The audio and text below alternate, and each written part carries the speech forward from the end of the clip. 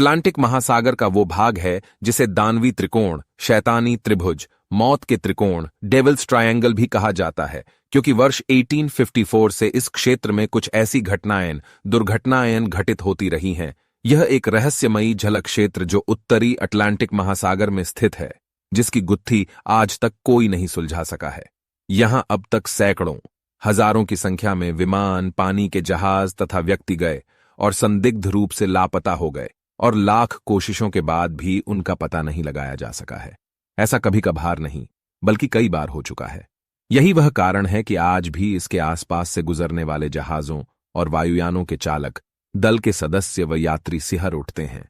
सैकड़ों वर्षों से यह त्रिकोण वैज्ञानिकों, इतिहासकर्ताओं और खोजकर्ताओं के लिए भी एक बड़ा रहस्य बना हुआ है। अटलांटिक महासागर के इस भाग में जहाजों और वायुयानों के गायब होने की जो घटनाएं अब तक हुई हैं, उनमें पाया गया है कि जब भी कोई जहाज या वायुयान यहां पहुंचता है, उसके राडार, रेडियो वायरलेस और कंपास जैसे यंत्र या तो ठीक से काम नहीं करते या फिर धीरे धीरे काम करना ही बंद कर देते हैं, जिससे इन जहाजों और वायुयानों का शेष विश्व से संपर्क टूट जाता है।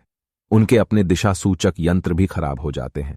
इस प्रकार ये अपना मार्ग भटक कर या तो किसी दुर्घटना का शिकार हो जाते हैं या फिर इस रहस्यमय क्षेत्र में कहीं गुम होकर इसके रहस्य को और भी अधिक गहरा देते हैं।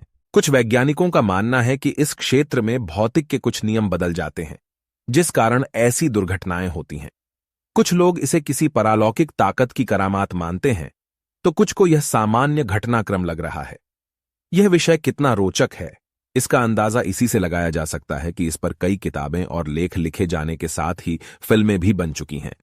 तमाम तरह के शोध भी हुए, लेकिन तमाम शोध और जांच पड़ताल के बाद भी इस नतीजे पर नहीं पहुंचा जा सका है कि आखिर गायब हुए जहाजों का पता क्यों नहीं लग पाया।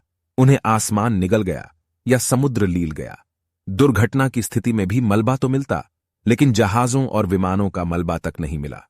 संयुक्त राज्य अमेरिका के दक्षिण पूर्वी अटलांटिक महासागर के अक्षांश 25 डिग्री से 45 डिग्री उत्तर तथा देशांतर 55 से 85 डिग्री के बीच फैले 39,000,000 वर्ग किमीज के बीच फैली जगह, जो कि एक काल्पनिक त्रिकोण जैसी दिखती है, बरमूडा त्रिकोण अथवा बरमूडा त्रिभुज के नाम से जानी जाती है।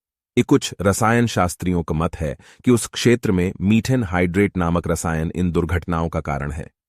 समुद्र में बनने वाला यह हाइड्राइट जब अचानक ही फटता है तो अपने आसपास के सभी जहाजों को चपेट में ले सकता है।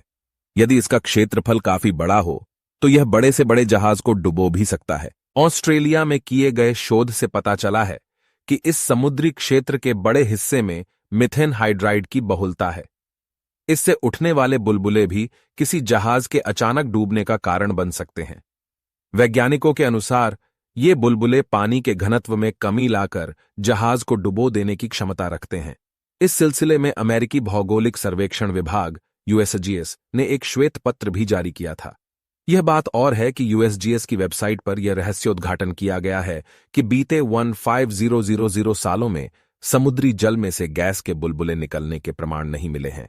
इस क्षेत्र में होने वाले वायुयानों की दुर्घटना के संबंध में वैज्ञानिकों का मत है कि इसी प्रकार जब मीथेन बड़ी मात्रा में वायुमंडल में फैलती है तो उसके क्षेत्र में आने वाले यान का मीथेन की सांद्रता के कारण इंजन में ऑक्सीजन का अभाव हो जाने से वह बंद हो जाता है।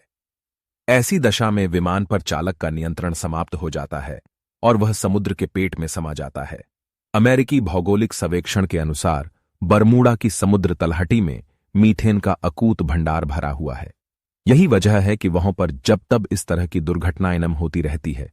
बहुत से विद्वानों का मत है कि सागर के इस भाग में एक शक्तिशाली चुंबकीय क्षेत्र होने के कारण जहाजों में लगे उपकरण यहां काम करना बंद कर देते हैं तथा रेडियो तरंगों के संकेतों को काटकर इन यंत्रों को खराब कर देता है।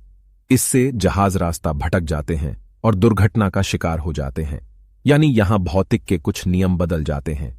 कुछ प्रत्यक्षदर्शियों ने बरमूडा ट्रायंगल के आसमान में बादलों के बीच तेज आवाज के बीच बिजलियां कड़कड़ते हुए देखने की बात कही, जिससे वहां इलेक्ट्रोमैग्नेटिक फील्ड बनता है और फिर बादल और समंदर के बीच बवंडर उठता है, जिसे इलेक्ट्रॉनिक फॉग कहा गया, जिसमें फंसकर जहाज और विमान लापता हो जाते हैं।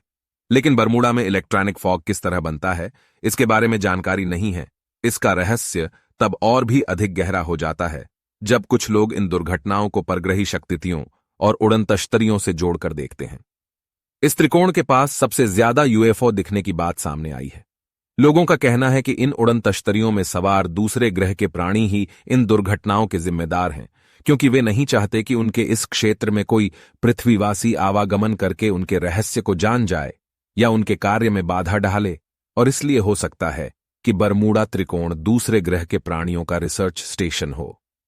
बरमूडा ट्रायंगल में विमानों व जहाजों के गायब होने के पीछे सबसे प्रमुख कारण इसकी भौगोलिक स्थिति को माना जाता है। उत्तर पश्चिम अटलांटिक महासागर में स्थित इस क्षेत्र की भौगोलिक स्थिति ऐसी है कि यहां दाखिल होते ही विमानों के कंपास सही दिशा दिखाना बंद कर देते हैं।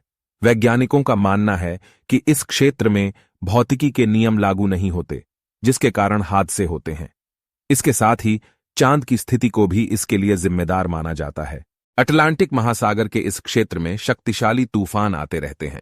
इन तूफानों में फंसकर वायुयान व समुद्री जहाज डूब जाते हैं। कुछ वैज्ञानिकों का कहना है कि यहां वायु की अति विशाल तूफानी धाराएं ऊपर से नीचे की ओर बहती हैं तथा जहाज व वायुयान इन्हीं तीव्र वायु धाराओं की चपेट में आकर सागर में डूब जाते हैं, जिन्हें बाद में समुद्र की शक्तिशाली लहरें कहीं और बहा कर ले जाती हैं। लेकिन अगर इस तर्क को सही माने तो प्रश्न उठता है कि फिर रेडियो, वायरलेस, राडार और कंपास जैसे उपकरणों में खराबी क्यों पैदा होती है। इस क्षेत्र में शक्तिशाली गल्फ स्ट्रीम चलती है। ये गल्फ स्ट्रीम मैक्सिको की खाड़ी से निकलकर फ्लोरिडा के जलडमरू से उत्तरी अटलांटिक तक जाती है। यह गल्फ स्ट्रीम असल में समुद्र के अंदर नदी की तरह होती है। इसके तेज बहाव में जहाजों के डूबने की संभावना रहती है। इस क्षेत्र में वायुयानों और जहाजों के खो जाने की घटनाओं के पीछे मानवीय गलतियों को भी जिम्मेदार माना जाता है। जैसे इस इलाके में गायब हुए टैंकर वी.ए. के बारे में कहा जाता है कि इसके कर्मचारियों के प्रशिक्षण में कमी थी, जिसके कारण बेंजीन अवशिष्ट की सफाई में गलती हुई और जहाज डूब गया।